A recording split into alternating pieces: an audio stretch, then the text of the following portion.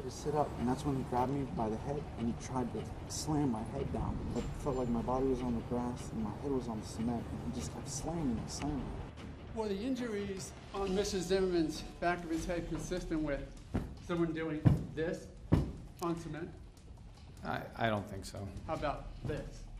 How about somebody resisting the attempt? The injuries, the two lacerations, could that have come from cement? If somebody was resisting me pushing down like this? I believe so. Mark O'Mara and his expert in the final day of the defense case trying to explain to the jury how George Zimmerman received these wounds the night of the shooting. Well, in court, they were using a mannequin, a dummy. We've got the same exact one out here at our recreated shooting scene. We've got our in-studio jury who will answer our bold question tonight, was the shooting justified? And we've got our attorneys, our defense attorneys. I always do that. And our prosecutors. I've got a question for them. How did George Zimmerman get these injuries? Let's start with the defense. All right. Go ahead, assume your position. What, here? See, oddly erotic, right? After dark? Yeah. Keep your hands to yourself. So, ladies and gentlemen, the defense's position and what they have shown you is that George Zimmerman was down. Trayvon Martin was on top of him, and clearly his head was hitting the cement. And the reason we know this is because we have the pictures. The pictures show that he has the injuries to his head. It had to have hit something, and this, the defense says, makes sense. Well, and one of the most important things to keep in mind about this is you do not have to believe that George Zimmerman is telling the truth. This picture truly speaks 1,000 words. This picture speaks 1,000 words, and what it shows is there's two cuts right here. Just two.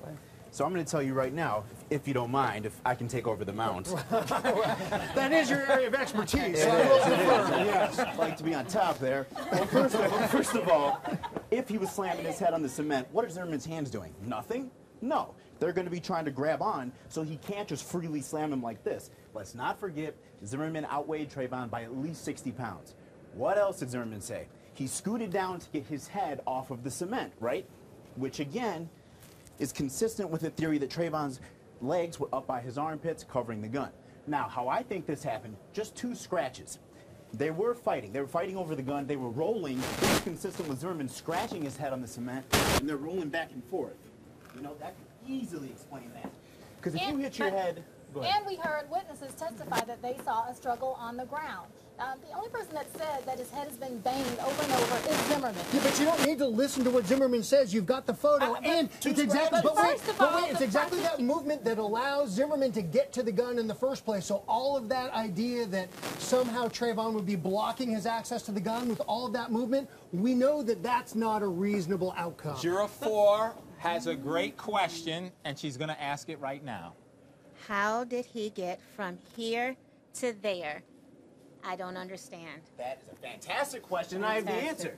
Because none of this happened. Exactly. I think the defense may have another answer, don't you, Monica, Darren? How do we get from here is where his keys are found to down here where we know Trayvon Martin's body ends up? How do we get there? This was a struggle. It was not a perfectly choreographed wrestling event. It was a struggle, right, Darren? Yeah, but do you want to object to that whole wrestling choreography bit? But the other thing we know is we had the expert testimony who talked about the ability of somebody to move around for 10 or 15 seconds. Another question. Juror number 5, another question. I think as the jury, we're really digesting all this information. I think this became real when we saw this.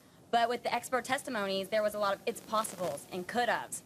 So is there enough factual, without a doubt, information coming from this or coming from the expert witnesses that gives us one way or the other? That's reasonable doubt. Right there, that's reasonable doubt. That's probably the biggest problem that this prosecution has. They don't have one unified through line. First of all, the prosecution has never said that there wasn't a pursuit, a struggle, and a confrontation. If someone slammed your head 50 times, and I have the misfortune of working in a funeral home, it would be more than a few cuts.